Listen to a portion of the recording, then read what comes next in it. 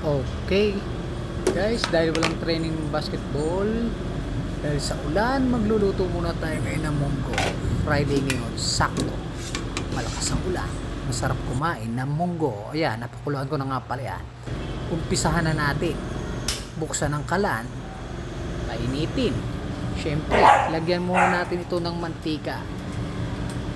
At syempre, igisa nyo muna ang baboy para naman masarap-sarap pag ito'y sinakain. Medyo crunchy. Yan, gisa-gisa nyo lang siya, halu-haluin nyo lang yan. Tapos, pag medyo brown na yan, medyo okay na, lagyan nyo na ito ng sibuyas. Gisa nyo na ang bawang at saka sibuyas. Ayan, hayaan nyo lang ng medyo mag-light ng konti. Tapos, syempre, huwag nyo kakalimutan ng kamatis. Igisa nyo lang yan. Same lang yan ang procedure. Parang basketball.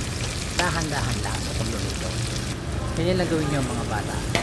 Tapos, ibuhos mo na uli yung baboy. Yan, igisa mo lang uli yung karne. Napakasarap niyan. Napakasimple lang naman magluto nito. Yun nga lang, magproseso yung paghihiwa. Tapos, ibuhos mo lang yan dyan sa pinagpakuluan mo ng munggo.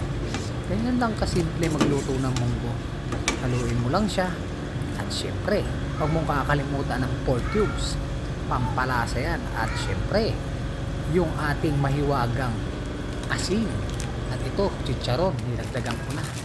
Lagyan ko nga rin pala yan ng dahon ng malunggay. Yan. Ganyan lang gagawin nyo guys. Pagkatapos nyo yan, haluin nyo lang. Yan, halu-haluin nyo. Tapos na. Kain na. Follow nyo